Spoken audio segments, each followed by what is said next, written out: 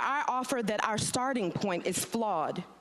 When we say working Virginians, who are we talking about if 1 million working Virginians and Virginian households would get little to no relief with this deal? One of our colleagues across the aisle said something about it not being fair to take money from those who pay taxes to give it to those who don't. And while some may have the luxury of tunnel vision, and that sounds correct, I do not have that luxury. And I offer that low and middle income Virginians pay a large share of income towards state and local taxes.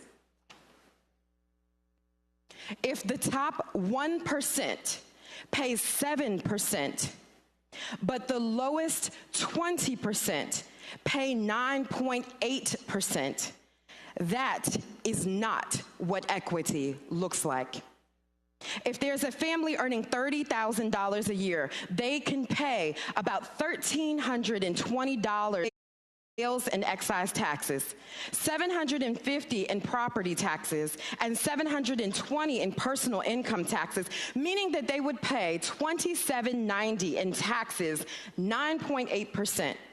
Virginian households making $22,000 to $39,000 a year on average, they pay a much larger share of their income on state and local taxes compared to highest income levels. So let's have the hard conversation. Systemic racism is real. Equity is not codifying tax policy that would perpetuate large percentages of communities of color being stuck in impoverished situations. Equity looks like taking a long and hard look at policies that we are passing and how it impacts all Virginians. Equity does not look like the deal before us, and there will be space for reconciliation talks, maybe even some kumbaya moments, Mr. Speaker, but that's for the interim. We were sent here to legislate, and so right now, our first step that we can take towards true racial and economic equity is to vote no on this bill. Delegate from Richmond City, Delegate Bourne. Thank you, Mr. Speaker. Mr. Speaker, speaking to the bill. Delegate has the floor. Mr. Speaker, ladies and gentlemen, we've heard a lot about this tax bill, and I, for one, certainly want to thank anyone and everyone that was involved in coming up with what has by some been described as a good bill. I would look at it a little differently, but I want to focus on the inextricable link between this bill and our budget priorities and our budget spending. We've heard a lot, not only today, but over the last couple of weeks, about equity and reconciliation and how we change the conversation. But Mr. Speaker, and ladies and gentlemen of the House, this bill, coupled with our budget, does not put action behind our words. When I look at the education spending in our budget, and I compare that to both the Senate version and the House and the governor's version, I see a lot of things that are extremely disappointing and very detrimental to students of color and the school divisions who have the highest number of students living in poverty. Mr. Speaker, ladies and gentlemen, the governor's budget, and you may quibble with the goodness or greatness of it, but make no mistake, Virginia's 18 school divisions with the largest number of African American and students of color are shouldering a $21 million hit in both the Senate and the House version. When you compare that to the 60 school divisions across this Commonwealth with the highest number of white students, they are only shouldering a $9 million reduction in our budget and a $16 million reduction in the Senate budget. Mr. Speaker, our own JLARC found that we are 42nd in this country in state per pupil spending. We spend less money than our friends in Mississippi. We spend less money than our friends in Arkansas. And Mr. Speaker, it's not simply a racial issue. This is a priority issue. In our budget, the school divisions with the lowest or the highest percentage of student poverty have taken a $10 million hit through the at-risk add-on. The school divisions with the lowest student percentages of poverty have actually gained $6 million.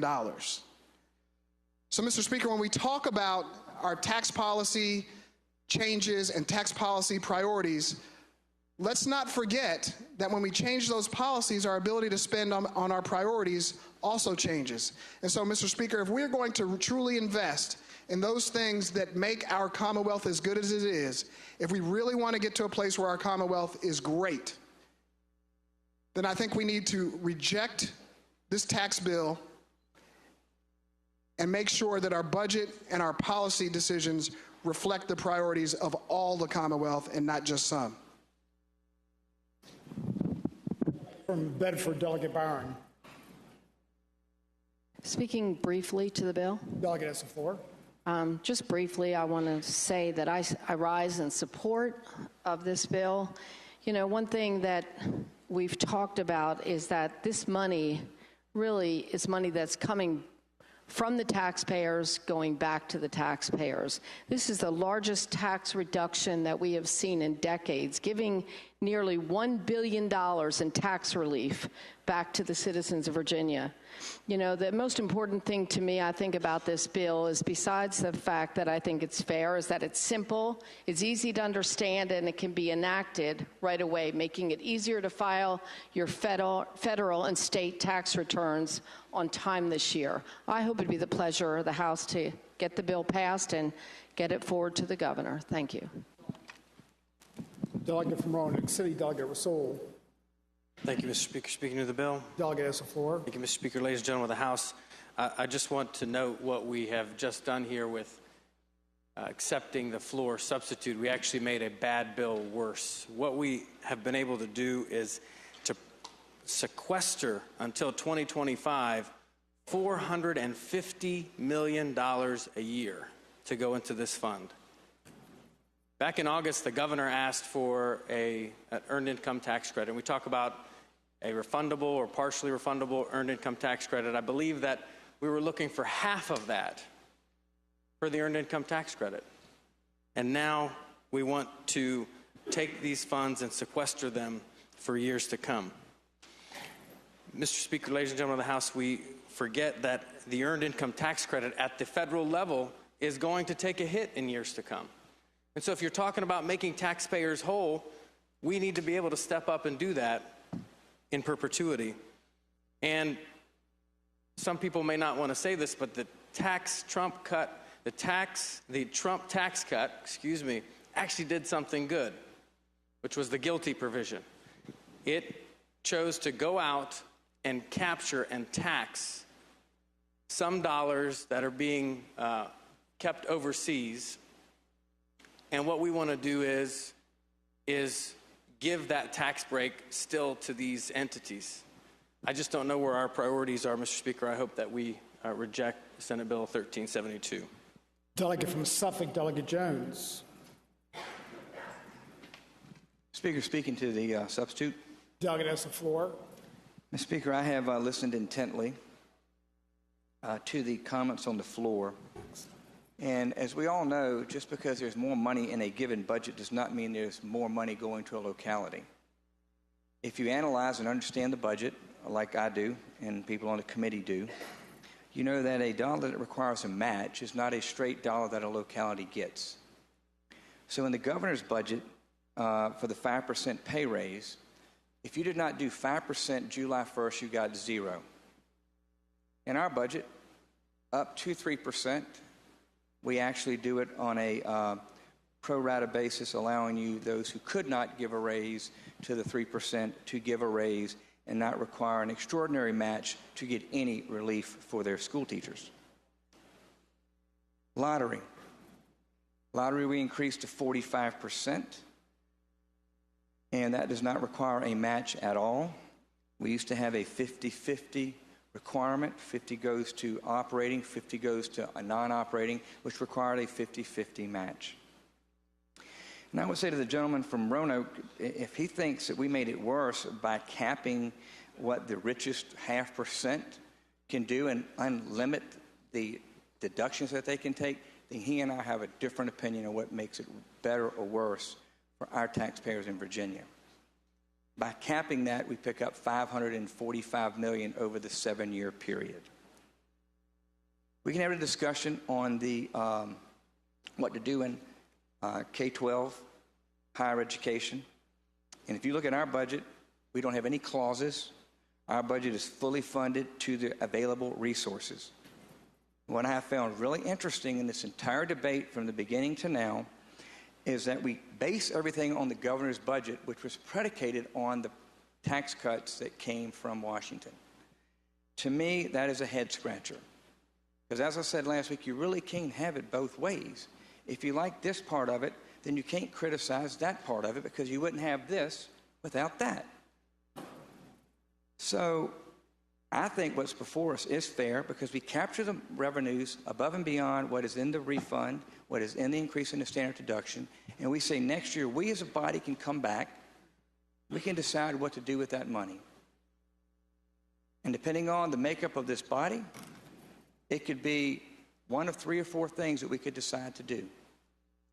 So I think it's a very good document in front of us. It's already passed at the other chamber. So if it doesn't pass, I'm going to take the emergency clause off. And then all who wanted to get a refund to their constituents, you go back and you tell them this weekend when you go home, you voted not to do this because they will not get their tax returns done until it becomes law, which is in July the 1st. So that's what's before us. So a vote not to pass with 80%, I'll just take it off. We'll pass it. We'll do our job on this side of the aisle. And then what we'll have is a situation of bills coming down from the Senate, up and down vote tomorrow or the next day, that will require 80 votes. And then we'll have a bill that will go to the governor for his signature that does all the above, and there will be no tax refunds given to anyone until probably late in the year.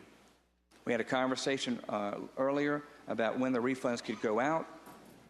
And if, in fact, we do pass this bill, then we could start that process and make sure that they go out sooner than later so the taxpayers would get tax relief. Mr. Speaker, I would ask that we would pass the substitute that is before the body. Delegate from Caroline, Delegate Orrock.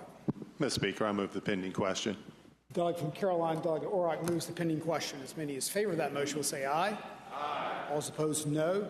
That motion carries. Shall the bill pass?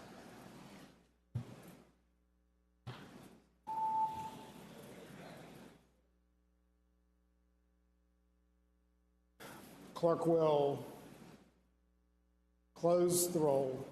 Ayes, excuse me, ayes 74, noes 24. Ayes 74, noes 24. The bill fails to pass. Delegate from Suffolk,